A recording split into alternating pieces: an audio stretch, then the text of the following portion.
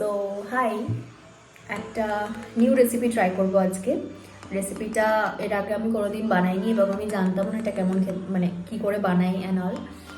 এটা ইন্দ্র রেসিপি, ও ফেসবুক থেকে দেখেছে এবং তারপর আমাকে পাঠিয়েছে আর এটাও খেতে চেয়েছে। তো ভাবলাম যে বানানো যাক। খুব একটা বেশি কিছু ঝামেলার কাজ নেই, এখন মোটামুটি অনেকটা রেডি হয়ে গেছে। আমি এখন ডিনার কিচ্ছু বানাইনি, তো এটাই বানাবো, চিজ ব্রেড।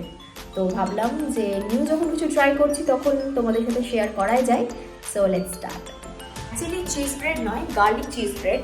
তো সেটার জন্য আমি রসুন ছাড়িয়ে নিয়েছি, কুচি করিনি, জাস্ট এমনি পিল করে নিয়েছি। আর ধনে পাতা কুচি করে নিয়েছি। এই দুটো ইনগ্রিডিয়েন্টসই মেন। আর যেটা লাগবে সেটা হচ্ছে চিজ আর বাটার। আর একটা কথা, আমি যে কুর্তিটা পরে আছি, এই কুর্তিটা আমাকে শিল্পীর বার্থডেতে গিফট করেছে। আর আজকে 25, আজ আমাদের অ্যানিভার্সারি। তো সেই জন্য নতুন কুর্তিটা একটু পরেছি। বার্থডে দিন পরিনি, বার্থডে দিন অন্য একটা ড্রেস পরে কেক কাটিং করেছিলাম। তো ভাবলাম অ্যানিভার্সারি দিন ড্রেসটা পরাই যাক, তো সেই জন্য ড্রেসটা পরেছি। আমার খুব পছন্দ হয়েছে কুর্তিটা এবং ভীষণ সুন্দর। এটা মেল্ট হওয়াকে ওয়েট করতে হবে। গ্যাসের ফ্লেমটা একটু বাড়িয়ে দেব।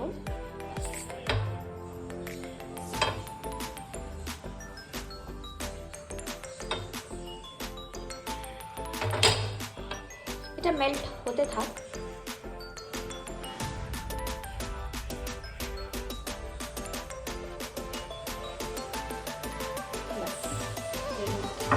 বাটার আর গার্লিকের কম্বিনেশন অলওয়েজ সো গুড। আমার খুব ভালো লাগে গার্লিক ব্রেড এইসব।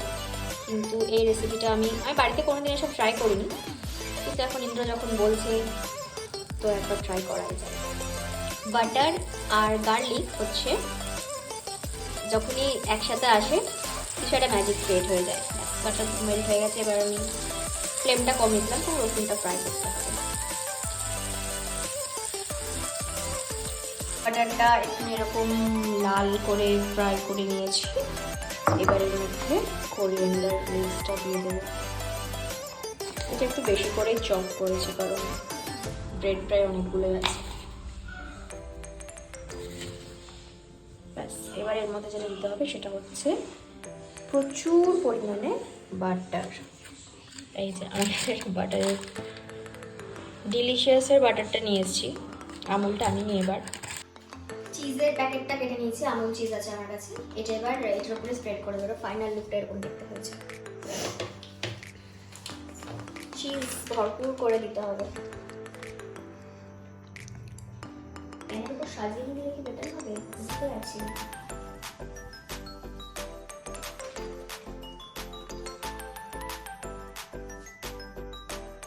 এখানেও দেখাবে।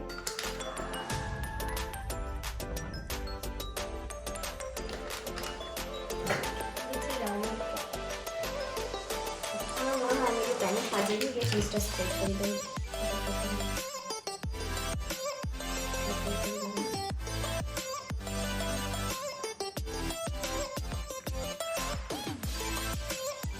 আমি একটু কাঁচা লঙ্কা অ্যাড করেছি, কারণ একটু স্পাইসি চাইছিলাম। আমরা চিলি ফ্লেক্স অ্যাড করেছিলাম, চিলি ফ্লেক্সের পরিবর্তে গ্রিন চিলি অ্যাড করেছি।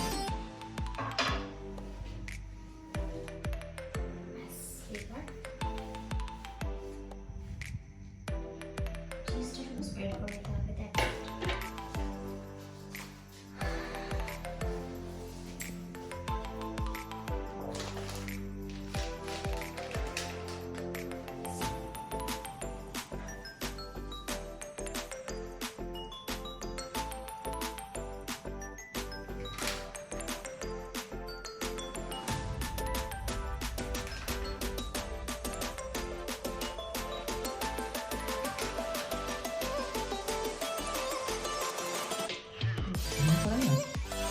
ওভেনে করে, কিন্তু ওভেনের বিষয়ে আমার আইডিয়াটা অতটা নেই যে টেম্পারেচার কতটা দেবো, টাইমিং কতটা দেবো। সেই জন্য আমি টাইম করছি, কারণ এটা ট্রান্সপারেন্ট একটা আমার কাছে ঢাকা আমি দেখতে পাবো যে বেশি হচ্ছে না কম। হ্যাঁ, ওভেন যাদের থাকে না তারা করে দিতে পারবো।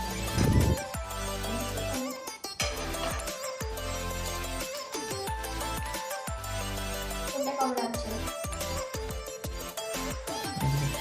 না?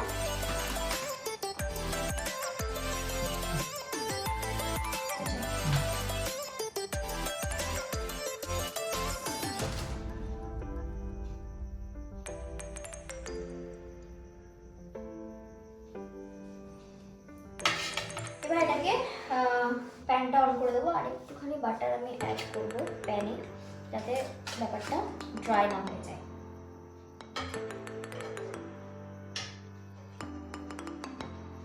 বাটারটা এখান থেকে মেল্ট হতে হতে চারিদিকে চলে যাবে, আমি সব দিকে একটু করে বাটার দিই।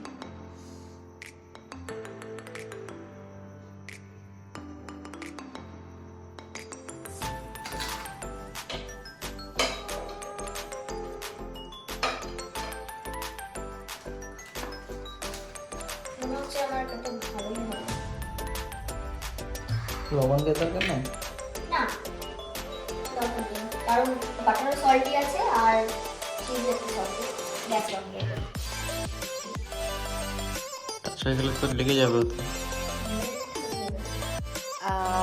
এইটা হয়েছে ফাইনালি দেখতে এরকম, চিজ মেল্ট হয়ে গেছে। এবার টেস্ট করা পালা, সস নিয়ে খা, এখানে সস আছে, দেখতে তো ভালোই লাগছে। এবার খেতে কেমন হবে সেটা একটা বিষয়।